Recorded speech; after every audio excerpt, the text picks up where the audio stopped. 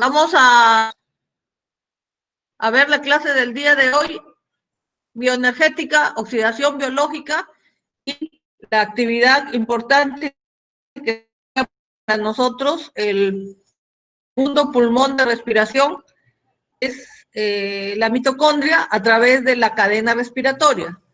Entonces, eso es lo que vamos hoy día. Entonces, es importante que sepamos nosotros que la energía en la célula es la parte vital para nosotros. Sin energía no pudiéramos, decía el doctor que sin energía nosotros no podíamos funcionar. Es importante que ustedes sepan que la energía de la célula, los principios siguen la primera ley de termodinámica. Después de clases, mejor continúo, ¿ya? Sí, ahorita para avanzar algo. Ya, ok, ya. Entonces, la célula no es un sistema energético aparte. Sí, la primera ley de la termodinámica, nada se crea ni nada se destruye, solamente se transforma. Y la segunda ley de la termodinámica, que nosotros intercambiamos materia y energía con el medio ambiente. Ordenamos nuestro sistema, nos mantenemos a expensas de desordenar, hacer un ambiente entrópico, altamente como calor, botamos la energía. Entonces, si el término bio significa energía en las células vivas, pero no por eso, no por ser un organismo vivo, rompemos las leyes termodinámicas. Así como ser vivo, nosotros respetamos los equilibrios químicos. Es igualito a una reacción de equilibrio químico que ocurriera aquí en nuestro organismo como que ocurriera en el medio ambiente. Pero ¿qué lo hace diferente? Son los estados dinámicos que suceden en nuestro organismo, que vienen en sucesiones las etapas de las reacciones enzimáticas. A es a B, rápidamente se quita B para hacer C, rápidamente quitamos C para hacer D. Entonces nosotros, ese juego en microgradientes de energía que tenemos en nuestro organismo, da por resultado el jalón termodinámico, y que generalmente nuestras vías vayan de frente, o catabolismo o anabolismo, pero sin romper las leyes termodinámicas. Entonces ahorita vamos a repasar simplemente, ustedes a través de la química, física elemental, han visto los principales conceptos de cómo se obtiene la energía a través de un cambio de A a B. La liberación es a través del delta G de energía, es igual a NRHT, el logaritmo de la constante de equilibrio. Entonces, la bioenergética o termodinámica es el estudio de los cambios de energía. ¿Ya? La transferencia, pero siempre respetando los términos físico-químicos. ¿Cuál es el significado de los gradientes de que A se transforma en B, B a C? Es aprovechar en algún momento una gradiente mayor de 7.500, 8.000 kilocalorías para atrapar esta molécula energética, ATP. Así como también algunas moléculas que nos sirven para impulsar funciones anabólicas como el NADPH. Entonces tenemos nosotros, no solamente en el caso de nosotros como organismos heterógenos, sino también los fotosintéticos también necesitan intercambio de energía. ¿Para qué necesitamos energía? Lo normal, para la contracción muscular, para el caminar, para conversar, para mover nuestros pulmones, para, inclusive el mismo catabolismo. Entonces tenemos que generalmente las funciones del metabolismo, en la primera clase ya la hemos visto, realmente es necesitamos para poder primeramente dejar las macromoléculas en biomoléculas y absorberlas a través de las enzimas, posteriormente convertirlas en macromoléculas y convertirlas en compuestos celulares. Entonces, realmente esto se realiza, como hemos visto también, en la parte del anabolismo y el catabolismo. Y todo lo que vimos en rutas panorámicas en la primera clase, es importante, vimos un esquema pequeño de metabolismo energético, pero en ese metabolismo energético hay dos partes importantes. Una, sin óxido redox, simplemente reacciones de oxidación, reacciones de descarboxilación, desaminación, transaminación, y otras, las reacciones óxido redox. Mayormente el organismo saca el 90% de la energía catabólica por reacciones óxido redox, y principalmente que vienen de la cadena respiratoria. Posteriormente, algunas otras fosforilaciones que no se dan en la cadena respiratoria, se dan en la glicólisis, pero la cantidad es mínima. Entonces, vemos que la energía sigue las leyes de la termodinámica, como hemos visto. Entonces, en la ley de la termodinámica, la primera ley, nada se queda, nada se transforma, nada se destruye, solamente se transforma. Entonces se habla de un delta G de energía, ya que nosotros quemamos toda una molécula de glucosa hasta CO2, liberamos 680 kilocalorías. Sin embargo, en el organismo, si quemamos una molécula de glucosa también liberamos lo mismo, los 680. Es que cuando lo quemamos en el medio ambiente, si ustedes echan leña y queman glucosa, no se pueden acercar, se quemarían. Sin embargo, en nuestro organismo se da que una glucosa se quema hasta CO2. Pero la diferencia es que nosotros usamos enzima, y las leyes de la termodinámica se aplican en nuestro organismo a cambios finos que las rutas metabólicas deben forjar de un cambio que no deba pasar de 10.000 kilocalorías entre reacción A y reacción B. Puede pasar menos de 7.000. Simplemente se libera cierta cantidad de calor que sirve para mantener a nosotros como organismos isotérmicos. Y si pasa un poquito más, muy probablemente esa reacción sirva, como vamos a ver en la fosforilación oxidativa, para acoplar el ADP al ATP y formar ATP. En la ley de termodinámica tenemos el incremento de energía, que es la cantidad de calor más la cantidad de trabajo, o sea, el término entalpía, que es el incremento neto de energía que necesitamos. Y la energía absorbida o utilizada es la que se utiliza para que el organismo o libere para el cambio o absorba para el cambio. Y el otro. Entonces tenemos que en realidad nosotros no podemos realizar ningún cambio si no habláramos de una energía total. La molécula necesita una energía adicional para poder acomodar, realizar el cambio. Esto se llama PV o entropía del sistema, que se maneja unas variables dependientes de la presión, dependiente del volumen, dependiente de la atmósfera donde nos encontramos. Entonces, esto es igual al grado de desorden o grado de calor. O sea que un cuerpo nunca puede realizar un cambio neto si no recoge algo más de energía que la utiliza para el cambio. Entonces, esto se conoce como entalpía o energía total del sistema. Entonces, cuando la energía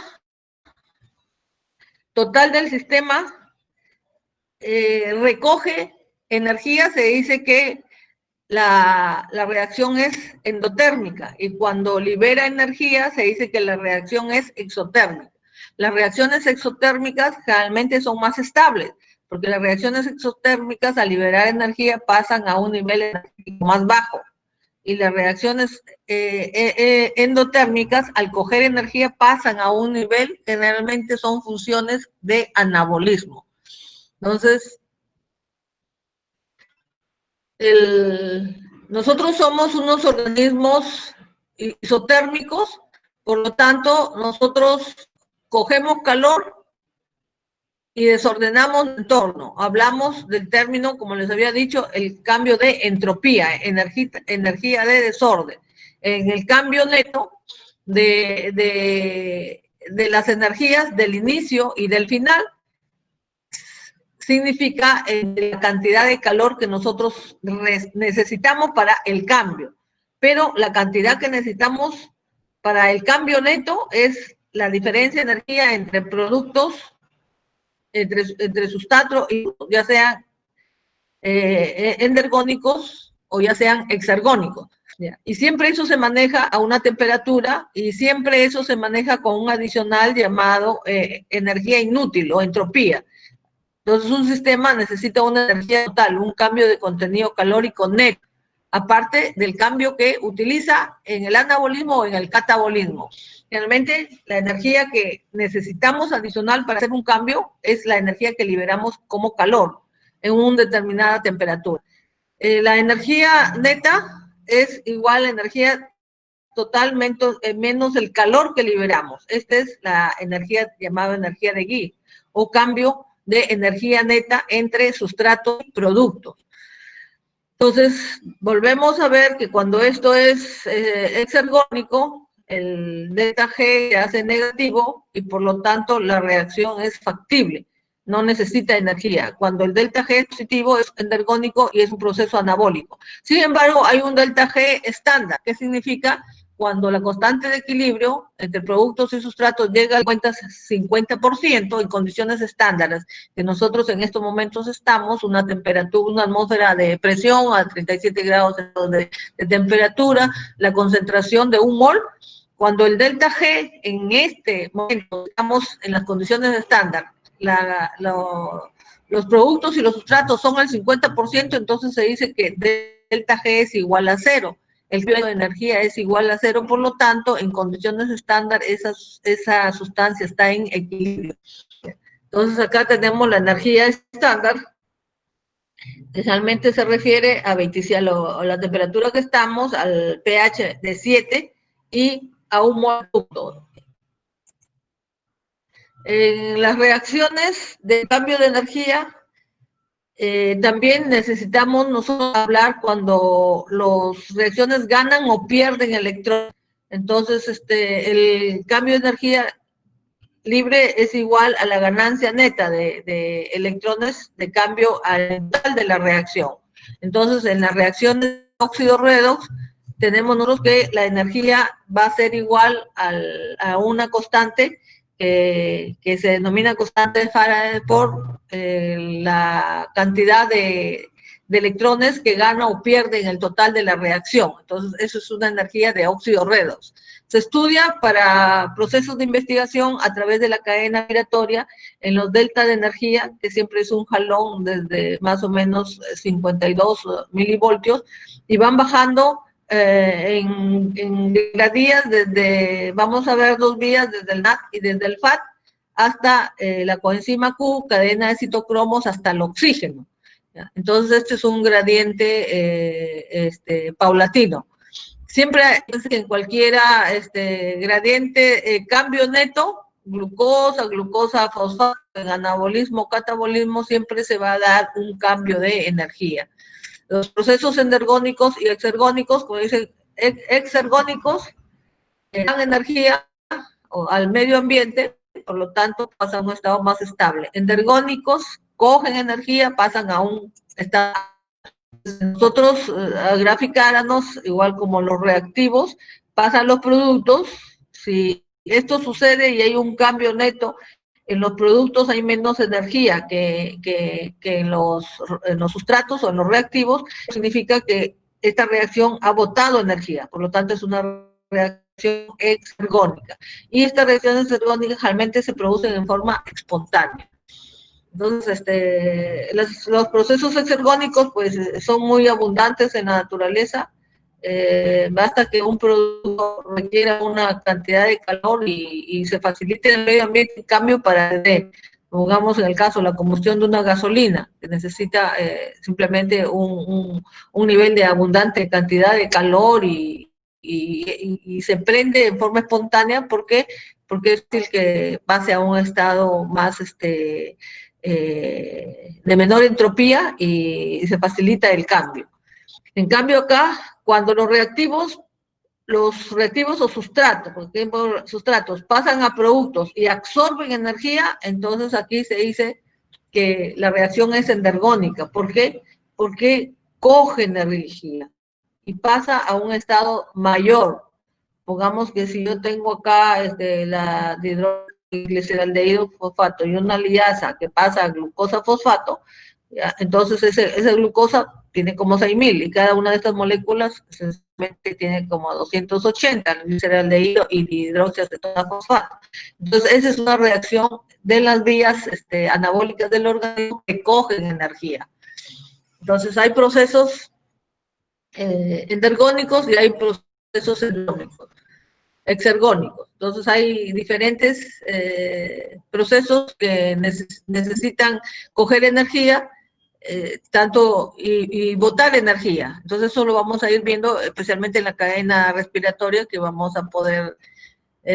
Importante es que independiente de los estados de cambio y de la formación, como hemos visto a través de los cambios de mayor de 7.500, la formación de ATP, hay otros compuestos de energía que son importantes porque van a dar origen a procesos anabólicos. Entonces, estos procesos, la principal molécula energética es el adenosintrifosfato. Vamos a ver cómo se logra en la cadena respiratoria. Esta hidrólisis más o menos libera 7.800 kilocalorías y presenta un estado para poder incentivar el anabolismo. Pero aparte de este ATP hay unos fosfatos de baja energía que realmente liberan menos de 7.500. Supongamos la glucosa fosfato, la fructosa fosfato, pero cuando es un anhidro, la fructosa 1,6-disfosfato o el AMP cíclico, son ésteres anhídricos que liberan más en su proceso más de 7.800 kilocalorías cuando se liberan estos ésteres anhídricos y sirven para procesos anabólicos. El NADPH, entonces estos fosfatos de alta energía realmente son, supongamos, el 1,3-bisfosfoglicerato. La creatina fosfato, el osenol piruvato, son ésteres anhídridos y que en su catabolismo liberan más de 7.000, por lo tanto impulsa la formación de alguna ruta anabólica o en su defecto impulsa la formación de ATP de sustrato. Entonces, el ATP se usa como moneda energética, ya que a raíz de se transforma a los otros, al inosine monofosfato, al guanosine-fosfato, para los procesos de intercambio, o al uridín monofosfato, ya que algunos ciclos específicos, como vamos a ver a lo largo del ciclo, necesitan a veces cambiar a otras formas de nucleótidos trifosfatos para impulsar una vía anabólica. Entonces, junto con la producción, como hemos visto, de energía, procesos energónicos, exergónicos, la entalpía, la energía libre, acá también tenemos nosotros que los procesos de óxido redos, como habíamos citado, los más importantes de la cadena respiratoria. Tenemos la cadena respiratoria, los citocromos, las flavoproteínas, las deshidrogenasas, pero también hay algunas deshidrogenasas que utilizan peróxidos, oxigenasas y dismutasas. Importante porque estas peroxidasas, oxigenasas se dan en cierto estrés metabólico y que facilitan algunas apoptosis o algunos radicales libres que pueden en forma periódica conducir a la célula a una neotransformación. Entonces es necesario saber qué son los peróxidos, qué son las oxigenasas, qué son las superóxidos dismutasas, en qué momento nosotros elevamos, cuando hay, por el COVID, cuando hay algún virus, cuando hay alguna bacteria, cuando hay alguna toxina, nosotros usamos las vías para poder librarnos del germen. Muchas veces usamos la peroxidación, las oxigenasas, los superóxidos dismutasa para crear ambientes altamente inflamatorios y ser capaces de matar al germen, a la gente. ¿Ya? Pero a la vez estas deshidrogenasas nos crean problemas a nosotros porque si mucho usamos esas pueden neotransformar. Entonces es importante ver los principales peróxidos Sin embargo, nosotros en algunas transformaciones, supongamos la tirosina, la síntesis de vitamina, la hidroxilasa del colágeno, para poder sintetizar el colágeno en presencia de vitamina, utilizan peróxidos y algunas peroxidasas al nivel de los peroxisomas, supongamos la oxidasa de la uricasa catalasa, el ácido úrico. Entonces, situaciones que activan estas peroxidasas o estas oxidasas, hay que tenerlas muy en cuenta porque facilitan estados de predisposición al paciente a poder sufrir mucho más tempranamente una neotransformación o sufrir apoptosis en estas células. Entonces nosotros tenemos generalmente procesos vitales, la óxido redox, a través de la cadena respiratoria, a través de todas sus coenzimas, son la principal fuente de energía, pero todas diferentes sustratos nosotros utilizamos para que las moléculas básicas que tenemos, como son la glucosa,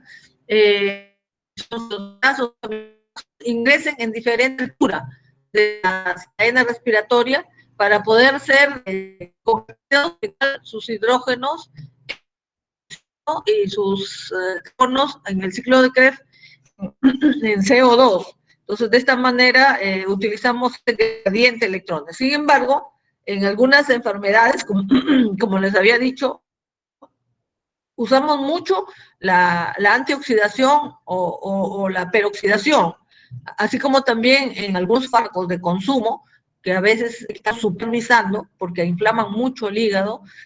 Vamos a de repente a mencionar los barbitúricos, el valproato, entre otros fármacos, que se le denominan elementos xenobióticos, porque alteran la vitalidad de la célula hepática y pueden causar enfermedades hepáticas. Entonces, es muy común que en el caso de nuestro organismo, pues no somos organismos son bien chiquititos.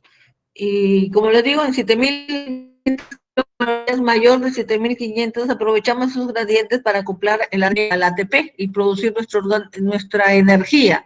Entonces, generalmente nuestra energía la vamos a poner a pH 7, ¿ya? Y vamos a graduarlo con un electrodo de hidrógeno, los diferentes potenciales de redos, y así se ha medido para que podamos medir los cambios de potencial, porque esto aquí vemos nosotros en el gradiente de la cadena respiratoria, tenemos importantes cambios de las coenzimas.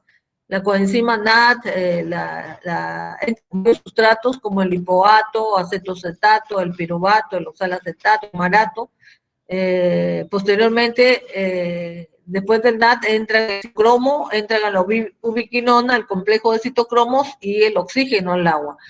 Entonces, es importante ver que hay pequeñísimos cambios graduales de energía, 0.2, 0.27, en algunos más o menos es de 10 mayor de 7 a 10 milivoltios, que en el momento en que ocurre eso, pues se libera mayormente 7.800 a 10.000 kilocalorías y se produce el acoplamiento del ATP. Pero estos cambios, en este caso de las constantes de Faraday, la energía libre es el cambio neto que hay entre sustrato y producto por la constante de Faraday, por el cambio neto de energía que se libera entre las oxidaciones y reducciones. O sea, el pasaje de electrones o hidrógenos que ocurre en la cadena respiratoria, eso es lo que hace liberar energía, y eso es lo que nos mantiene, es la principal fuente de catabolismo y de atrapamiento y de mantención de nuestro calor en el cuerpo. Entonces tenemos también, aparte, hay extra mitocondrial en el citosol o en la matriz mitocondrial, hay también ciertas oxigenasas que usan a sector de hidrógeno, y estas oxigenasas pues hay que tenerlas puntualizadas porque realmente dejan como resultado peróxido de hidrógeno. Muchas veces algunos agentes como les decía, son tóxicos, pueden oxidar algunos agentes predisponibles, supongamos los ácidos grasos de nuestras células. Entonces, algún grupo peróxido que sea importante en nuestro organismo. Entonces, estos pueden crear radicales libres. ¿Ya? Y a la vez nosotros tenemos enzimas que nos liberan de peróxido. Pero pues el daño que ha hecho el radical superóxido tiene un tiempo de vida media y eso puede afectar a los ácidos nucleicos tratando de que hayan hibridaciones y por lo tanto hayan mutaciones. Y no solamente estos, sino también muchos agentes radicales libres inducen a que se liberen los transmisores internos celulares que facilitan la apoptosis. De todo esto las oxidorreductasas y los agentes cancerígenos o la luz ultravioleta que nos dé indicaciones o algunos sistemas endocrinos, el aumento de los hipertiroideos favorecen la formación de libres, infecciones, celulares. Entonces, estos radicales, y son importantes, porque estos radicales son señales que los vamos a utilizar nosotros de defensa, pero mucho de eso, pues, predispone a que pueda haber una alteración en nuestro organismo. Entonces, la citocromo C3 es importante al final de la mitocondria, pero existen otras citocromos oxidasas, ¿ya?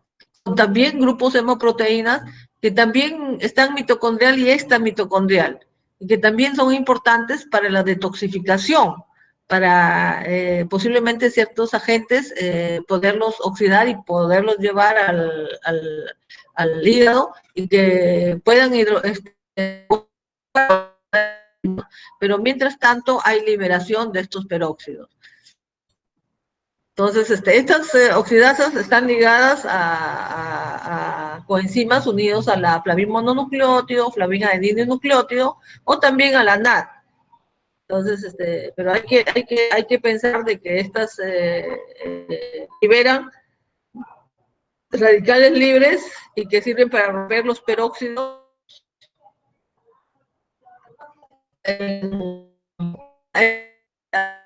como la aldehilo deshidrogenasa, la santinoxidasa, que es la del ácido úrico, todas estas liberan radicales libres. Por eso es que no se debe exagerar, digamos, en pacientes que sufren de ácido úrico la gota, posiblemente son pacientes predispuestos a poder sufrir un cáncer más que otros pacientes. Entonces, personas que de alguna manera están injuriadas por procesos anaeróbicos y que alteran la lactodeshidratación, posiblemente estos pacientes tengan más predisposición a sufrir cáncer. Y es así como efectivamente los pacientes que sufren de cáncer tienen esta láctico deshidrogenasa mucho más, con mayor actividad que nosotros. Entonces, las deshidrogenasas pueden no usar oxígeno de hidrógeno, sino justamente crear peróxido de hidrógeno. Entonces, algunas deshidrogenasas típicas en nuestro organismo están la alfa-cetoglutarato, la glutámico deshidrogenasa, la láctico, la malato, la piruvato deshidrogenasa. Para esto son un conjunto de isoenzimas que tienen que funcionar adecuadamente. Estas deshidrogenasas en nuestro organismo juegan un rol prioritario en la transferencia de energía, pero son dependientes de vitaminas, de complejos de vitaminas, la tiamina, la vitamina B1, la vitamina B2, la coenzima y el ácido pantoténico. Todas estas deshidrogenasas son importantes ver el sistema de equilibrio en cuanto a las vitaminas. Entonces, generalmente las deshidrogenasas causan la oxidorreducción de un sustrato por la adición de átomos de hidrógeno y en estos está implicada la transferencia ya sea del NAT fosforilado, el FAT, alfato hidrogenado, nucleótido, que las emplean como coenzimas. Generalmente esto es importante en muchas rutas. Esta es la ruta que vamos a ver en la cadena respiratoria, complejos ligados al NAT, complejos ligados al FAT, complejos ligados al complejo de coenzima Q y los citocromos A, B, C, y el complejo de la citocromo C. Entonces tenemos, justamente le decía que parte de estas óxidos reductasas funciones de importancia. Nosotros manejamos la oxidorreducción no solamente en la mitocondria, sino extramitocondrial. Supongamos a los pacientes que consumen mucho alcohol, tienen mucho NADH reducido y es tóxico al nivel extramitocondrial, citosol. Entonces esos pacientes pues van a requerir hacer una vía inversa para poder lanzar los equivalentes reductores desde el citosol a la mitocondria. Entonces, estos van a utilizar óxidos reductasas en mayor cantidad. Entonces, las óxidos reductasas son dependientes de NAT fosforilado, dependiente, vamos a ver continuamente ejemplos que en la cadena transportadora generalmente se acopla de oxidado reducido, coge hidrógenos, estos hidrógenos pasan a otra que está oxidado y este pasa reducido, y así sucesivamente en una cadena donde el resultado neto es una liberación de productos de transporte de hidrógenos en forma paulatina que van disipando una determinada cantidad de energía para poder aprovechar. Entonces, no solamente tenemos deshidrogenasas ligadas al NAT, sino deshidrogenasas ligadas al FAT. Una de las más importantes en la flaviga-N-nucleótido es la succínico deshidrogenasa de la cadena respiratoria. Esta la vamos a ver porque en la cadena respiratoria hay una vía larga y una vía corta.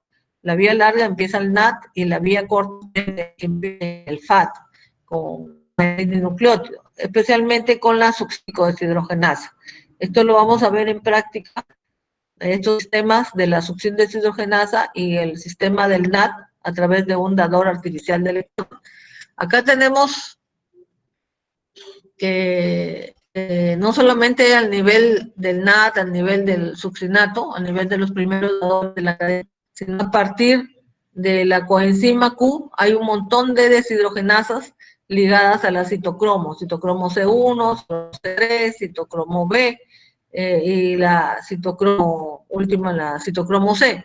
Entonces, todos estos citocromos, como se ve, actuando, recibiendo y dando hidrógenos. Estos hidrógenos cuya finalidad es pasar a la resección del oxígeno y formar agua. Entonces, eso es lo más importante de las deshidrogenasas, ¿ya? Mientras que pase y forme oxígeno y forme agua, mayormente acá no se liberan radicales libres, pero hay otras oxidadas que sí, radicales libres. Esto se llama, supongamos, las hidroperoxidasas. Transportan hidrógeno, pero el hidrógeno se libera como un peróxido. Realmente eso ocurre a veces en la oxidación de dobles enlaces, que primero son peróxidos y después se rompen esos peróxidos y liberan los agentes nucleofílicos, que son los que nos hacen daño. Lógicamente hay unas enzimas también que sirven para detoxificar. Entre algunas importantes hidroperoxidasas tenemos la glutatión peroxidasa, que realmente esta glutatión peroxidasa es la que al nivel del eritrocito va a dar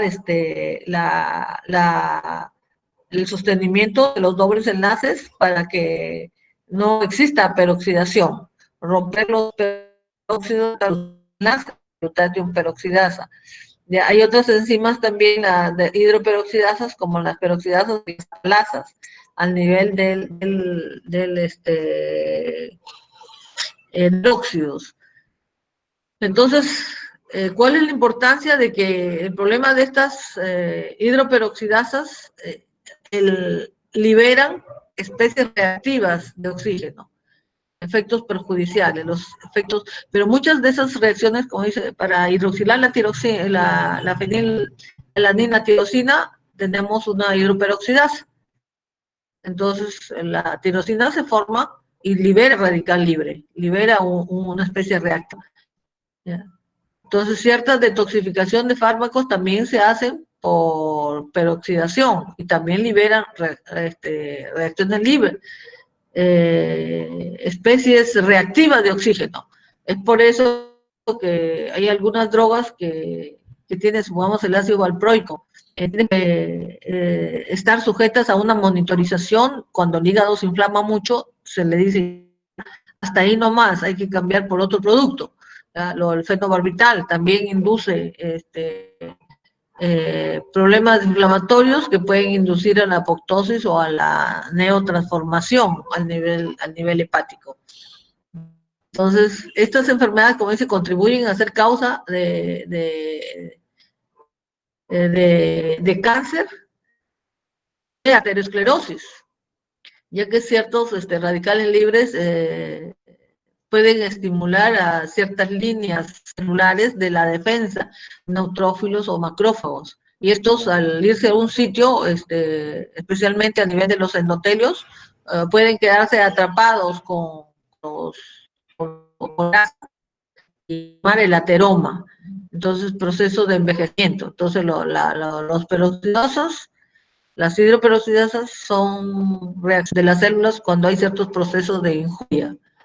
Entonces, eso debemos evitar. Por eso los antioxidantes deben siempre estar contrarrestando si nosotros tenemos mucho estrés o vamos a generar muchos radicales libres, muchos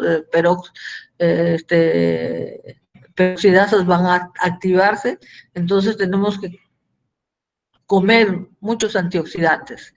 Ya vamos a ver las vitaminas, la vitamina E, entre comillas también el selenio, son algunos tocoferoles, son sustancias protectoras del estrés oxidativo. Entonces acá también tenemos las peroxidasas en los diferentes grupos, talasas también al nivel de los peroxisomas, al nivel de la gota, la catalasa, oxidasa catalasa, que el problema es que forma peróxido de hidrógeno. Ciertas oxigenasas están impresas o inmersas en el manejo de oxígeno, pero forman radicales libres, como óxido nitroso o monóxido nitroso. Esto se da cuando hay una injuria celular muy fuerte, una inflamación, y cuando hay manejo de estos radicales en el sistema de apoptosis. Las dioxigenasas, también tenemos el manejo del oxígeno, supongamos la triptófano dioxigenasa o triptófano pirrolidasa, manejo también anabolismo formación de la homogentizato, las dioxigenasas, o sea, hay varias manejo de ciertas sustancias que tienen que ver con grupos fenólicos como el triptófano, el ácido homogentísico. Realmente van a dejar radicales libres. Por lo tanto, alguna sustancia que no nos sumamos en mayor cuantía, sumamos mucho queso, hay mucha tirosina. Entonces hay una injuria de radicales libres. Entonces, este es igual que las oxigenasas. En el organismo, un mayor, como dice, como un elemento bandera para la detoxificación de muchos fármacos son las citocromos P450, que son monoxigenasas y que sirven para detoxificar muchos fármacos, pero lo que pasa es que siempre botan sustancias nucleofílicas. Entonces esto, al final, podemos terminar con una neoplasia con un proceso de displasia por estimular la apoptosis en estas células por estos mecanismos. Entonces, es citocromo, la P450, también P450 es la que se encarga de catabolizar y hidroxilar para que haya una solubilización y una eliminación de todo lo que son hormonas dependientes del colesterol, los tejidos esteroidogénicos, y la síntesis también se... Entonces, estimular mucho la síntesis de esos tejidos, la formación de ese tipo de como los ácidos biliares, las hormonas, dejan. Por eso es que a veces se decía un tiempo, no, las mujeres no deben recibir hormonas contra la fertilidad, porque esas hormonas pueden traer cáncer. Entonces, ahorita inclusive muy pocas personas utilizan estos métodos como métodos anticonceptivos, el método hormonal, pero es por esto, porque generalmente en su organismo libera muchos radicales libres y pueden sufrir neoplasias, efectivamente. Hay un cierto... La superóxido dismutasas, realmente ligado mayormente cuando hay injurias ligados a agentes tóxicos en la célula, cuerpos, enfermedades autoinmunes, invasión por bacterias. Entonces, se libera esta superóxido dismutasa, va a dar una señal de que se activen otras señales, ¿no?, para producir apoptosis. Entonces, esta superóxido dismutasa libera óxido nítrico, libera el nivel celular, el oxígeno libre, ¿ya? Pero son necesarias, sí, porque es en el medio, es la injuria de los glóbulos blancos por matar un agente que nos está agrediendo, y la célula trata de usar estas herramientas que tenemos nosotros para poder bajar al enemigo, pero si no lo consiguen mucho tiempo, pues esto nos va a hacer daño a nosotros. Entonces, y lejos de que es muy útil ver que los peroxidasas, las hidroperoxidasas, se mueven a lo largo de su curso, van a haber ya reacciones muy puntuales, en los cuales pues son mecanismos imperiosos que la célula comanda para poder combatir al enemigo, y dependiendo de que si gana o no, pero usarlo muy continuamente, o sea, no cuidarse y estar expuestos muy continuamente a enfermedades, no es bueno, porque va a resultar pues que vamos nosotros a ser más predispuestos a sufrir de otra formación más temprana edad. Lo importante de estas oxidorreducciones es tal, independiente de las que forman peróxidos, radicales libres, oxígeno molecular. Lo importante es que la fosforilación oxidativa no se da en la cadena respiratoria y fosforilación oxidativa, el gradiente de óxido redox no se da con liberación de radicales libres, sino la oxidación biológica se da en forma pelótica, en un gradiente controlable, y sirve para que nosotros recojamos el 95 hasta el 98% de toda la energía de los alimentos para utilizarla para fines anabólicos. Entonces, la cadena respiratoria tiene varios complejos, por lo cual van a pasar los hidrógenos y los electrones, dando oportunidad a que haya gradientes finos de cambio de energía, y que por lo tanto se den acoplados a esta liberación de hidrógenos entre la cadena, entre la membrana, la matriz mitocondrial y a la membrana intermedia, entre las dos membranas mitocondriales, se desarrolla un gradiente de hidrógenos. Este gradiente de hidrógenos que se genera por el paso de la cadena respiratoria con sus intermediarios, aprovecha pues para que sirva como una bomba del ADP al ATP y se forme ATP, mecanismo que se conoce como fosforilación oxidativa y teoría que se conoce como osmótica. Hay dos teorías, la química y del intermediario común. Los gradientes de hidrógeno en determinada concentración están estimulando a intermediarios comunes para que estos intermediarios comunes sean los que acoplen el ADP al ATP. Entonces, en la mitocondria es importante que sepamos que, como les había dicho, es el 95%.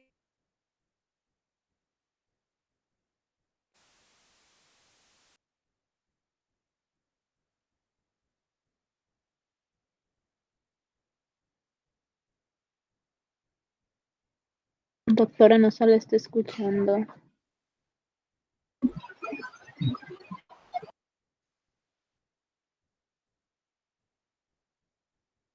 Junior, llámala, creo que se le fue el Leonel y se ha salido.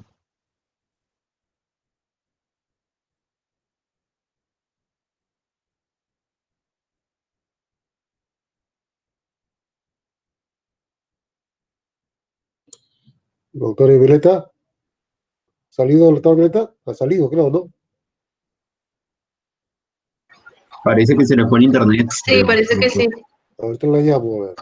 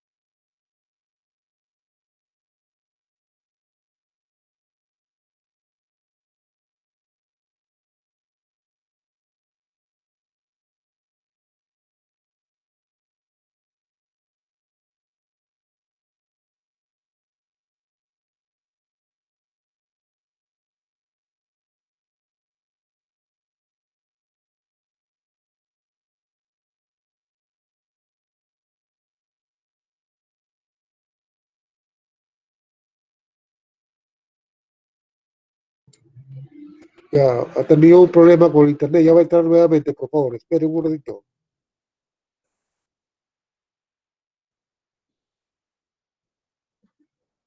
¿Me escucharon? ¿Me escucharon? Sí, Sí, doctor, doctor, le nosotros vamos a esperamos. esperar.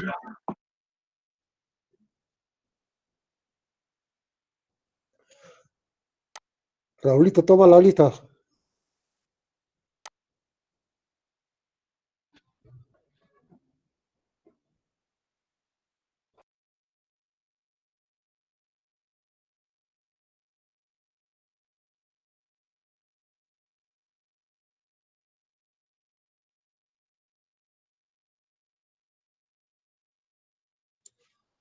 Doctor Raúl, doctor Raúl.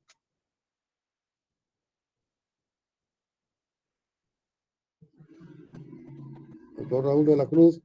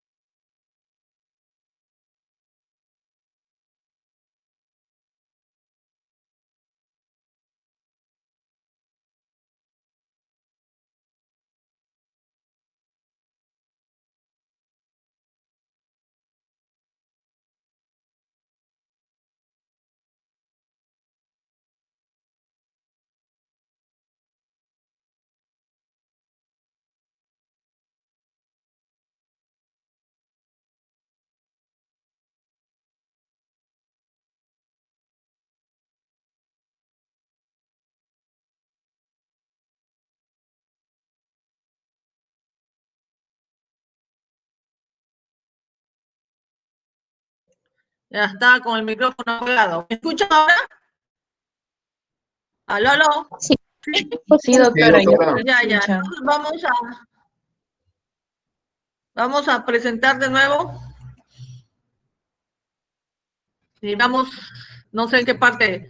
A ver, estábamos viendo ya que existen redes ligadas a la liberación de entre los más importantes tenemos el óxido nitroso, el radical superóxido, y estos se dan en algunas reacciones, tanto de síntesis de algunas hormonas a nivel de la citocromo y por injurias a nivel de invasión por virus, por agentes tóxicos, por fármacos, y que nosotros estamos puestos muy continuamente para que liberar como subproductos estos radicales libres y Doctora, permitir la... Sí, no está compartiendo pantalla, creo. ¿O sí? Sí, está aquí Ah, no, sí, comparte. sí, sí. esta que Disculpe. comparte. Sí. Estoy con la superóxido, pero ya estoy terminando de radicales peroxidasas y las oxidasas, las deshidrogenasas, con ligadas a liberación de radicales libres, lo que ustedes tienen que ver. Tenemos la catalasa, tenemos la hidroxilación del colágeno, tenemos la síntesis de hormona tiroidea, tenemos la toxinas, todo eso nos generan radicales libres. Algún agente que estimula el agente infeccioso, los glóbulos blancos, los neutrófilos van a la batalla, pero ahí se estimulan y liberan radicales nitrosos o radicales superóxido, con el objeto de envenenar el medio para atacar al agente, pero eso también pues hace daño a nuestras células. Por lo tanto, muchas veces en esta batalla, esos radicales productos de nuestra propia defensa pueden resultar una apoptosis a las células locales o una neotransformación a las células locales, ¿ya? Entonces es importante por eso saber de que nosotros tenemos en condiciones normales para síntesis de hormonas, para detoxificación, pero estimularlas mucho o alguna enfermedad crónica de un tipo infeccioso, como puede ser el TB, como puede ser en este caso, pues podemos sufrir esas neotransformaciones. Entonces, importante. Ahora vamos a ver la cadena respiratoria, que es la principal fuente de nosotros, en el cual tenemos principalmente que existen diferentes intermediarios. Estos intermediarios son enzimas y factores ligados a vitaminas, como es el NAD, el FAT, la coenzima Q, la citocromo, y posteriormente llegan hasta los... Es importante porque en este traslado de pequeños delta de energía por óxido redox es lo que liberan mayor de 7.800 kilocalorías y aparece la acoplación del ADP al fósforo. Hay algunos venenos que inhiben esta acoplación del ADP al fósforo e inhiben el transporte de hidrógeno. Entonces se llaman venenos, los vamos a ver justamente en la práctica del día de hoy.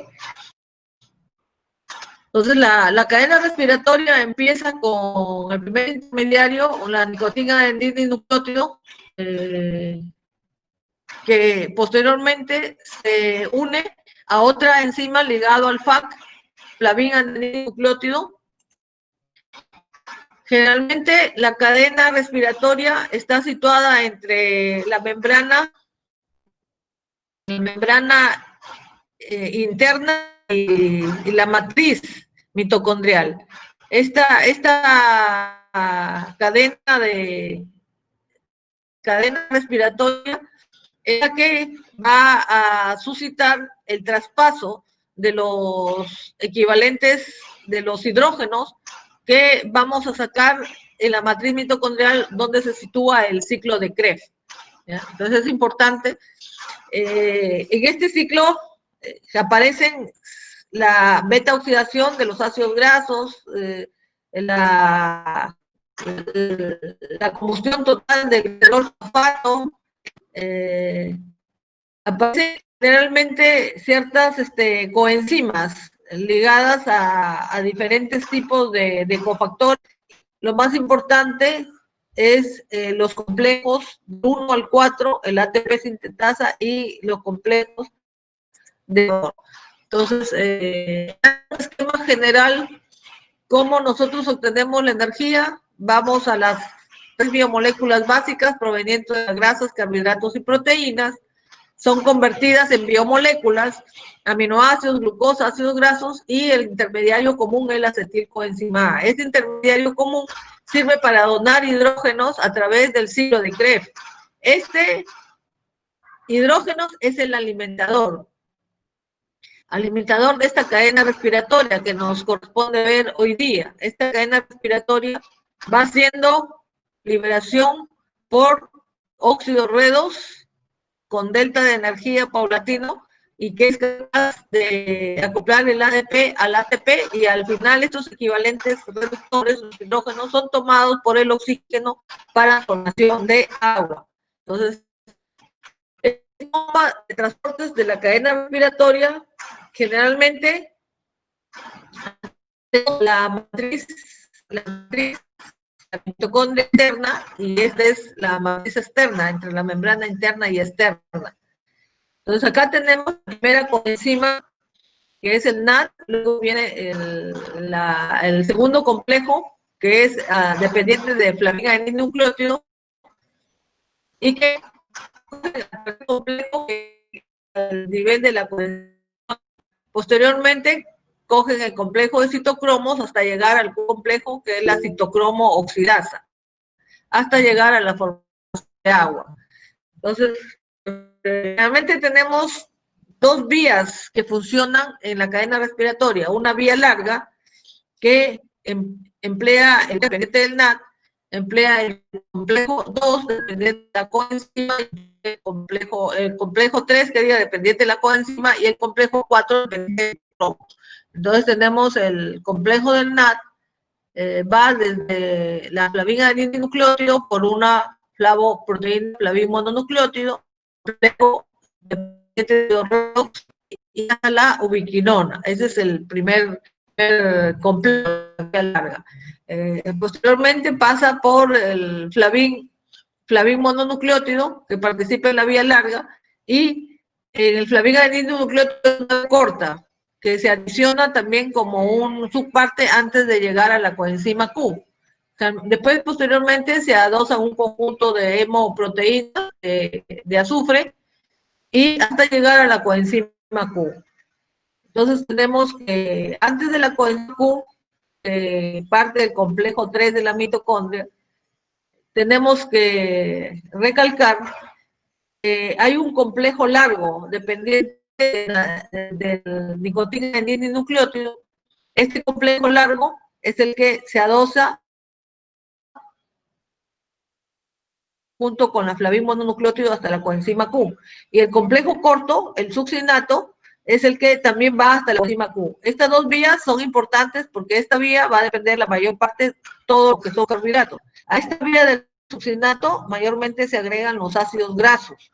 Los ácidos grasos, especialmente los ácidos grasos de combustión diaria, entran a través de esta vía.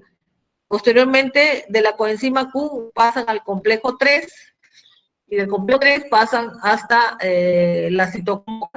Entonces, este complejo 3 está correspondido desde la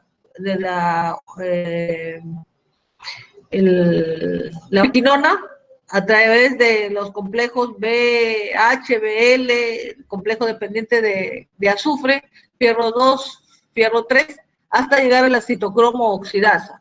Para el traspaso, en la citocromo oxidasa llegamos al complejo 4, en donde la citocromo oxidasa es una proteína que va a mantener el oxígeno en forma molecular con dos hidrógenos de agua en forma iónica y va a esperar que le lleguen los otros dos hidrógenos de la cadena para terminar formando dos moléculas de agua. Entonces, esto es el complejo de la citocromo. Los citocromos intermedios son los citocromos A, B, C, que estos citocromos, como había dicho, el fierro es un agente importante para el manejo del oxígeno. Entonces, estos fierros van a estar pasando de estado férrico a estado ferroso y van a ir liberando los delta G de energía, que les decía, para que pueda llegar hasta el citocromo C, que es la última citocromo especializada, para poder formar el agua con valente reductor. Acá tenemos una esquematización en simulación. El primer complejo de la vía larga nace en la nicotina del nucleótido. Aquí están los equivalentes de hidrógeno que vienen de los sustratos. Estos equivalentes de los sustratos van a ingresar al NAD, posteriormente al complejo 3, van a migrar por el complejo 4 y finalmente van a dejar los electrones con el oxígeno para formar agua, junto con los hidrógenos que van entrando. Entonces, esto se produce entre los espacios de la matriz y el espacio interna de la membrana. En la vía corta tenemos que también lo vamos a hacer en la práctica, va a depender del succinato a fumarato y va a depender del flavín adenina-nucleótido. Esta vía corta va a dar origen también al ingreso hasta la coenzima Q. En este succinato a fumarato va a poder ingresar por esta vía corta a formar el complejo de la ubiquinona, el complejo de citocromos y oxígeno. Se caracteriza porque también en esta vía corta no hay liberación de un espacio mayor de 7.800 kilocalorías. Entonces, cualquier molécula, especialmente la mayor parte de grasas que ingresan por esta ruta, generalmente se queman con la producción de 2 moléculas de ATP por 2 hidrógenos que ingresan. Esto vamos a verlo. Entonces, acá tenemos cómo se produce el recorrido de la vía larga al nivel del complejo 1, con la nicotina del nucleótido. La vía corta, al nivel del complejo 2, va también a la vía de la ubiquinona. Posteriormente, esta ubiquinona va a transportar los hidrógenos al nivel del complejo de citocromos A, B, C, y citocromos van a llegar hasta la citocromo oxidasa para poder entrarle a liberar agua, más el acoplamiento del ADP al fósforo y formar ATP, la última molécula de producción de ATP. Entonces, lo importante es que mientras nosotros respiramos, todos nuestros eliminar sus hidrógenos, su CO2 se elimina en el ciclo de Krebs, y eso es todos los días.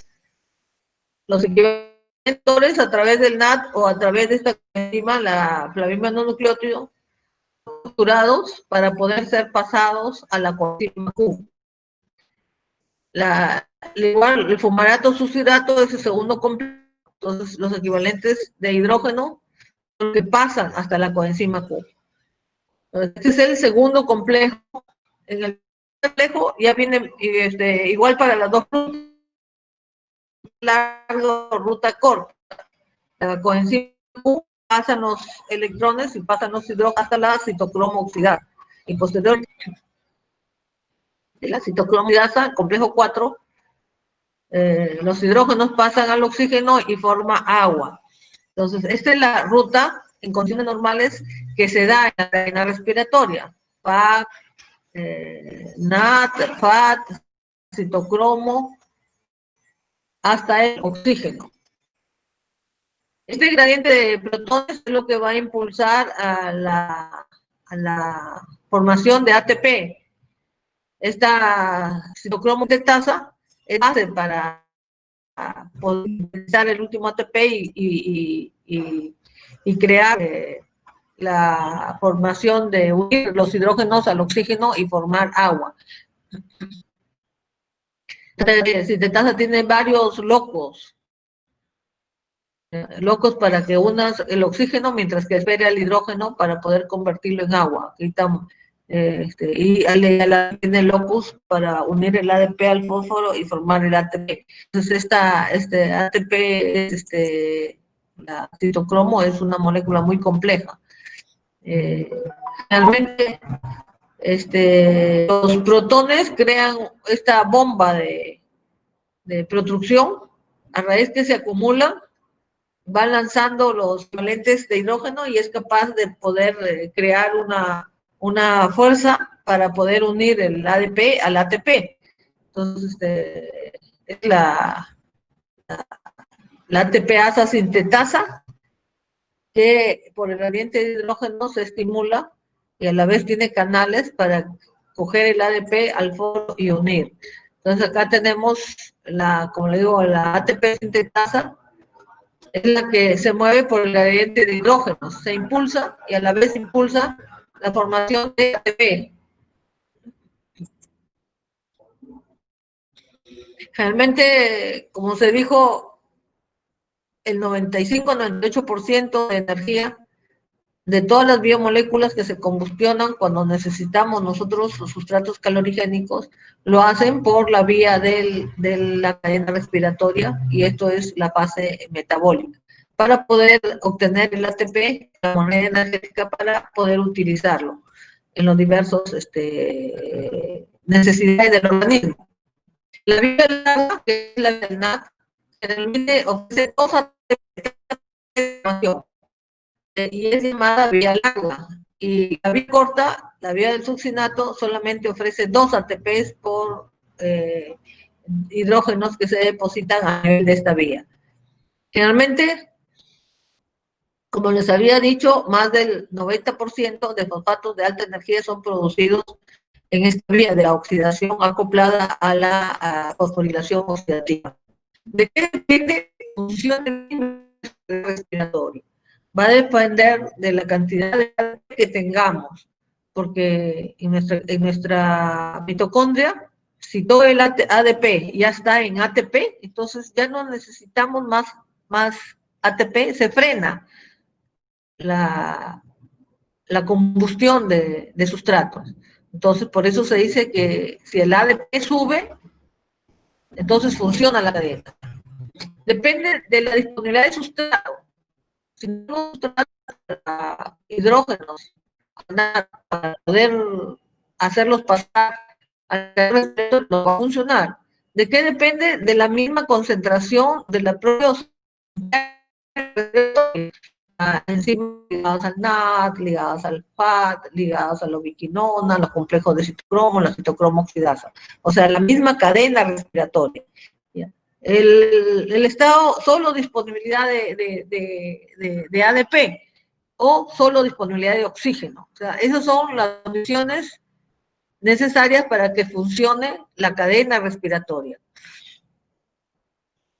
Entonces, realmente por disponibilidad de ADP se puede controlar, porque ya el ADP se transformaría en ATP. Pero el problema aquí viene de que tenemos nos hayan asociado una comida, nuestra cadena funcionó, ahí el ATP está detenida un rato, baja el ATP, porque hay que pensar que nosotros cada minuto estamos gastando ATP. Y hasta para hablar, yo ahorita estoy gastando ATP. Para mover un brazo, mientras hago gestos para poder explicar su clase, ya estoy gastando. Mientras ustedes están pensando y escuchándome, ya están gastando su ATP. Entonces, es una constante. La cadena respiratoria está casi un continuo trabajo para múltiples necesidades, hasta para poder mantener el potencial de reposo y poder respirar. Nosotros estamos constantemente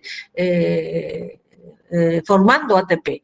Pero aquí viene el problema, que en nuestro entorno tenemos nosotros moléculas que pueden envenenar estas diferentes enzimas.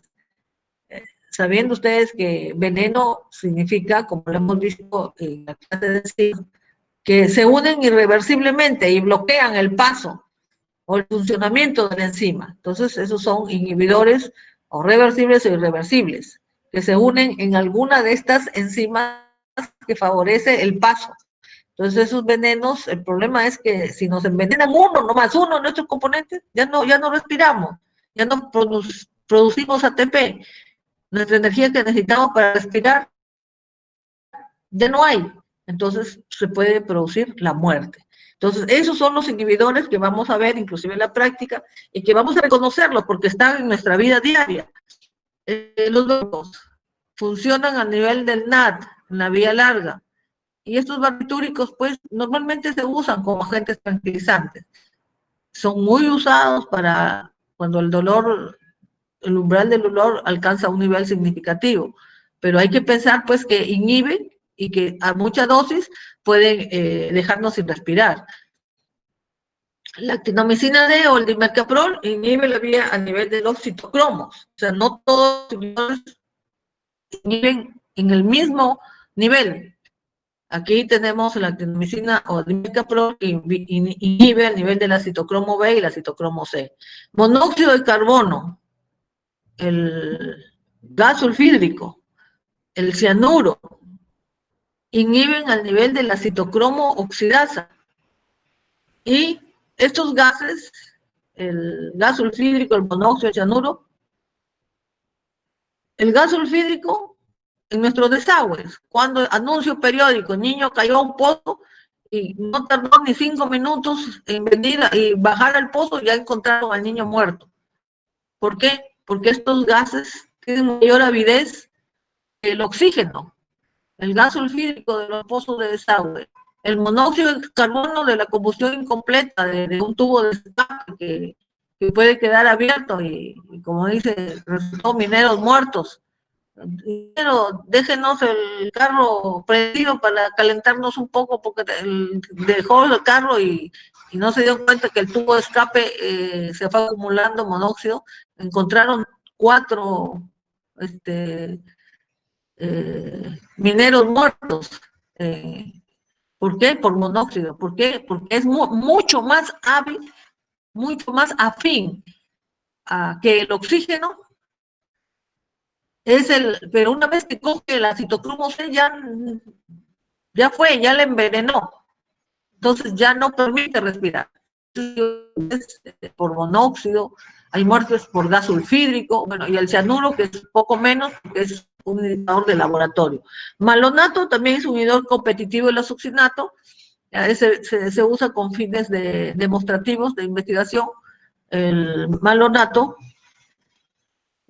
para poder inhibir a la succínico deshidrogenasa del VH12. Entonces, existen otras formas de alterar la cadena respiratoria, que es inhibir la fosforilación.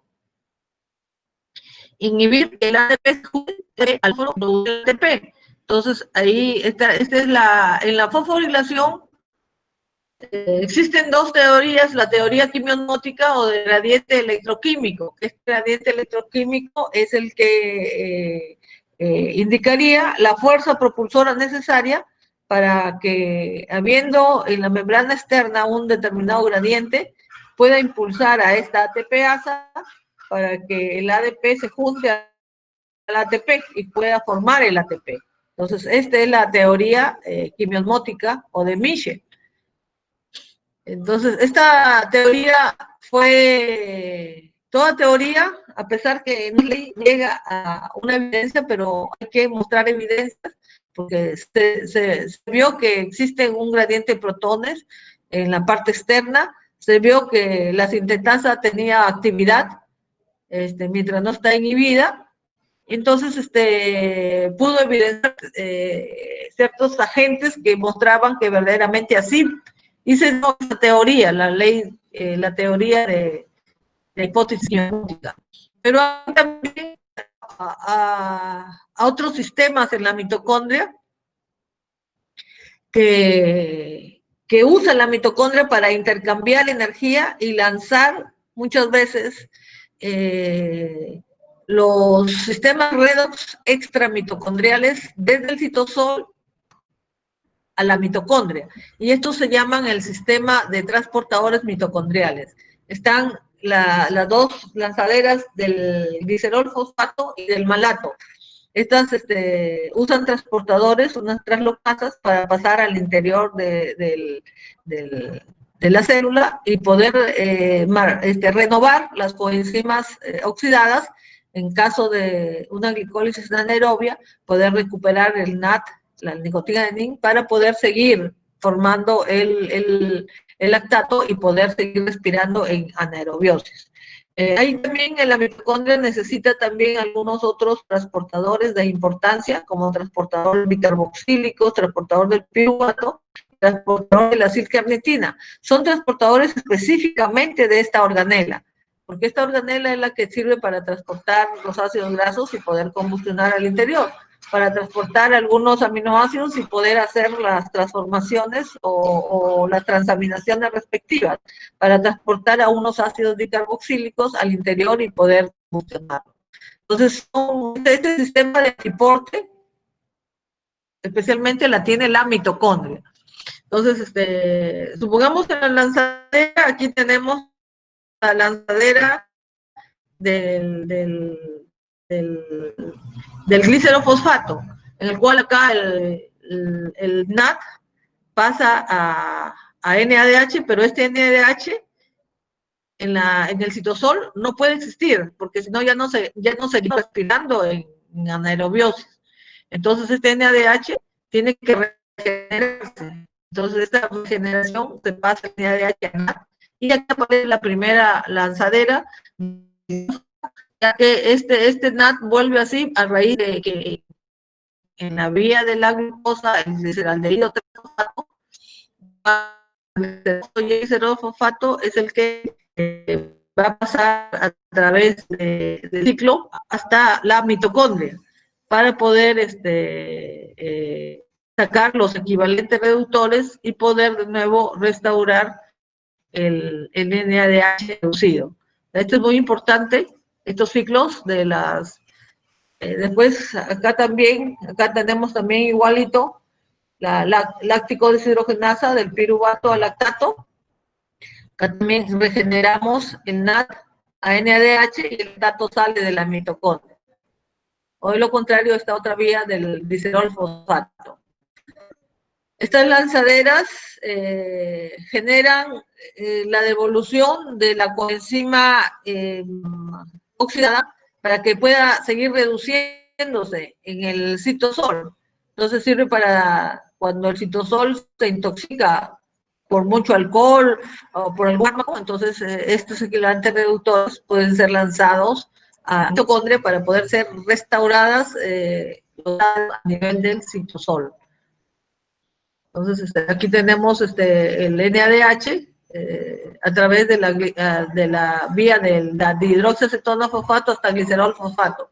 Este glicerol es el que es lanzado acá tenemos el NAT, pasa de NAT reducidos a recuperar. Esto pasa a nivel del citosol.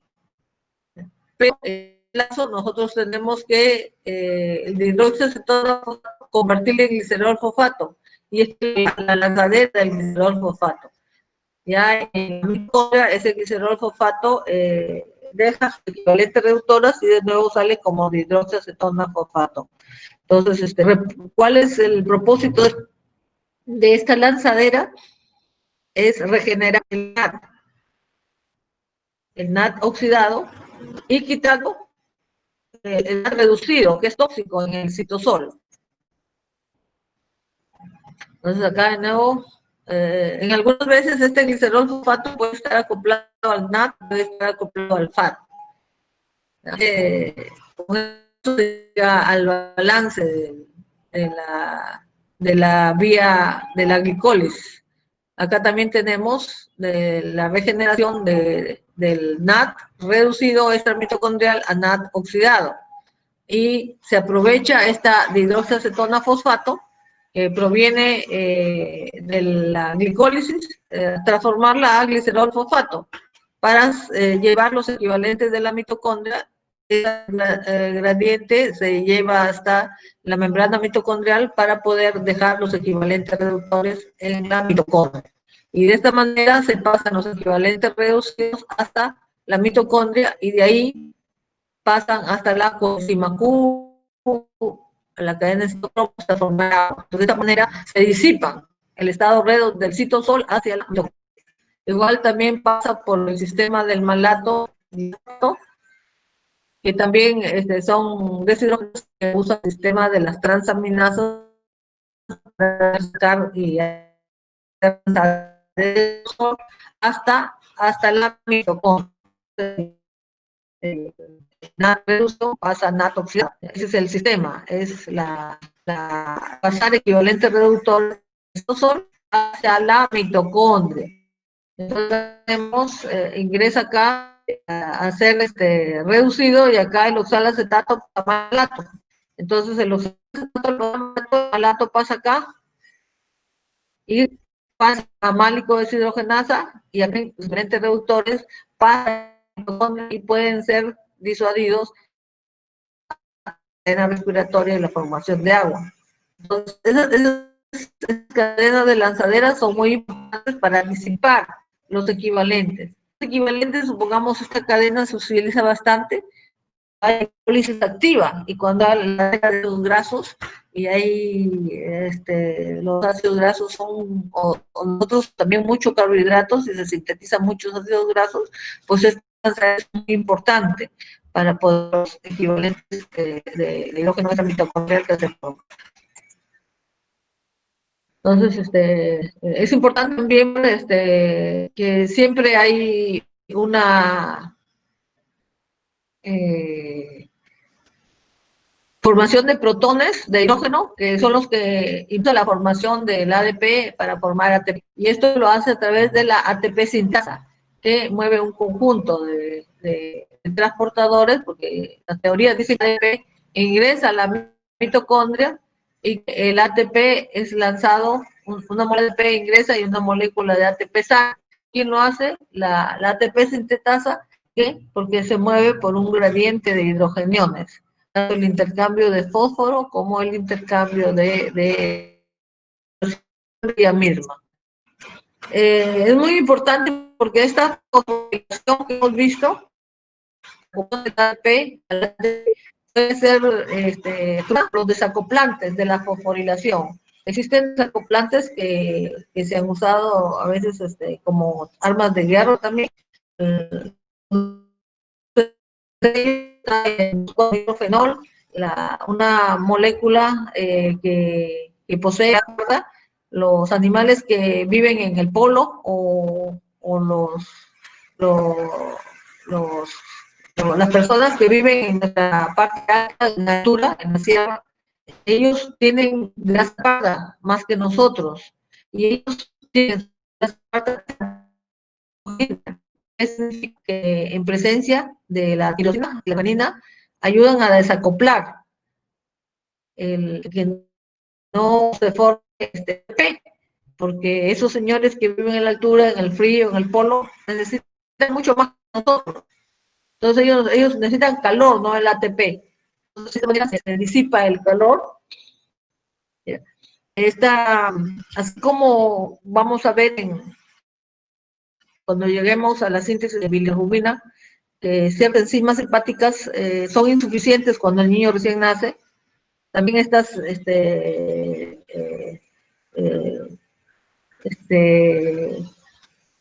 moléculas de termogenina son importantes en el recién nacido, porque realmente en el vientre de la madre hay bastante calorcito, y cuando sale el clima es muy frío para el recién nacido, y realmente el recién nacido, todo esa grasita parda que parte de protegerlo, esta grasa para el niño en su cadena respiratoria para poder adaptarlo a la temperatura que es fría respecto a donde él estaba anidado, pero se demora a veces algunos días en funcionar ¿ya? Y es necesario a veces tener cuidado de ese niño porque puede entrar en hipotermia, o sea, puede entrar en un estado de, como si estuviera en frío el niño.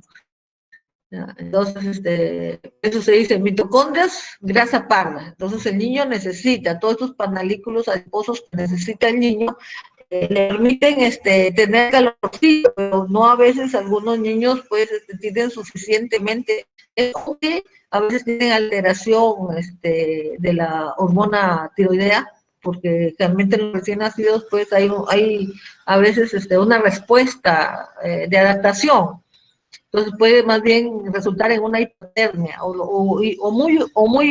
mucha hipotermia en los niños muy fríos porque la grasa parda no se estimula, la termogenina, o hay mucha estimulación porque todavía no hay una adaptación buena a la grasa parda y a la hormona tiroidea.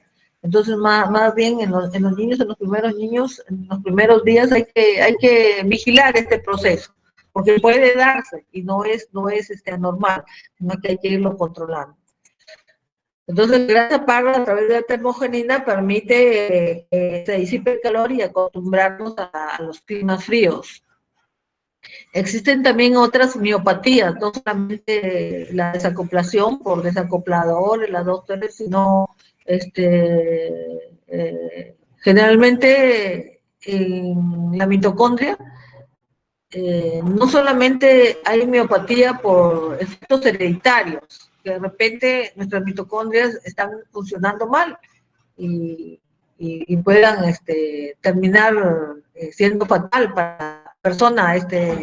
Pero hay algunos virus, hay algunas enfermedades cuya respuesta de antígenos deriva pueden resultar afectando algunos sustancias, algunos compuestos de nuestra mitocondria.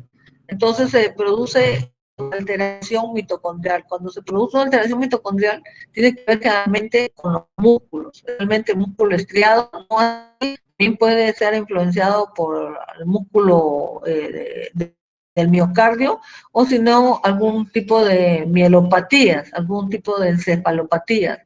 ¿Por qué? Porque realmente estos son los tejidos que están en constante renovación para funciones vitales, para la conducción nerviosa, para contracción muscular, para el latido cardíaco. Entonces, generalmente son isomorfas, ¿ya? Porque a pesar de que es la misma mitocondria, a veces no siempre las familias mitocondriales a nivel de la musculatura, a nivel de miocardio, a nivel de son lo mismo. Por eso que a veces dicen, pero ¿cómo es posible que solamente le haya afectado al músculo? Es que se está viendo ahora que hay isoncimas para estas transportadores de la cadena. Entonces aquí comenzamos hasta los músculos que se mueven rápido y que hay las oftalmoplegias progresivas.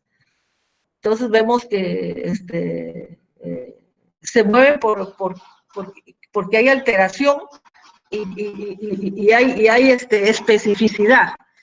Lo que da ubicación característica. Entonces, esto era mielopatía, encefalopatía, acidosis láctica, a nivel mitocondrial, neurogastroencefalopatías. Entonces, tenemos diferentes tejidos, neuronas mitocondriales, van a depender también de la motilidad de calcio. Algunos síndromes que producen también ciertas mioclonías o alteraciones que predisponen también por se vuelvan excitables. Entonces aparezcan los síndromes convulsivos, ¿ya? Entonces, todo esto, verdaderamente la neurobiología es una ciencia a través de los estados mitocondriales y la renovación a nivel de los tejidos, el tejido estriado y el tejido cardíaco, y el tejido liso como las gastropatías, están siendo estudiadas porque, como dice, no son isomorfas y a veces pueden atacar a un determinado segmento del tejido, por lo que le da mucha especificidad. Entonces acá las encefalomiopatías, especialmente pues si tenemos que son de tipo de hereditario, pues al no haber fuerza suficiente van a producir retraso en el desarrollo, pérdida de crecimiento, baja estatura, convulsiones, ataxia, hipoventilación central, sordera, oftalmoplegia, rinitis, debilidad muscular, hepatopatía, nefropatía, lipomas, diabetes y trastornos neuropsiquiátricos. O sea, pues prácticamente si estamos hablando de alteración y se encuentran en muchos órganos, pues va a afectar a muchos órganos, porque las mitocondrias pues están en todo sitio y los tejidos que más las usan son los que más rápidamente van a pasar a ser afectados, porque se van a ver limitados para su actividad.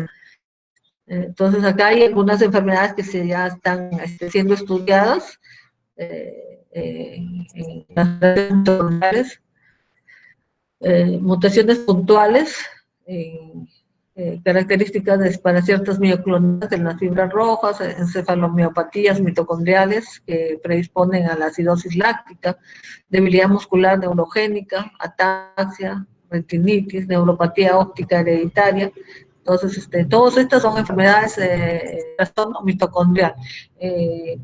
La más común en nuestro medio es por algunos virus, que comencemos nosotros a tener una distrofia muscular progresiva, con limitaciones que pueden cursar en un momento con el paro cardíaco. Entonces, realmente ustedes siempre que vean a una persona normal y en un momento dado, así pasan los días, y que ya tenga mucho dolor en los músculos, dificultad, piensen en alguna alteración a nivel de las mitocondrias. ¿Ya? Eso es importantísimo que piensen. Entonces, enfermedades sensoriales, de lecciones, síndromes, enfermedad conocida como las MELAS, miopatía mitocondrial, con encefalopatía y lactoacidosis. O sea, son niños verdaderamente que desde pequeños pues no tienen la energía suficiente para poder formar su ATP. Entonces, pues, y generalmente hay que ver que los tejidos más afectados son los tejidos que tienen un trabajo constante. Entonces, son tejidos nerviosos, el tejido o la tejido cardíaco o en algunos la actividad del tejido liso. Entonces aparecen estos trastornos que es característico en las miopatías, encefalopatía, lactoacidosis, pues no es que la mitocondria no va, que va a funcionar, que el individuo use su vía anaeróbica, no es otra cosa. ¿Ya? Acá pues como dijeron, en cada clase una conducta para el cambio de estilo de vida con esta nueva pandemia. No olvides de lavarte las manos, echarte tu alcohol y llevar tu mascarilla. Entonces con esto hemos terminado acá.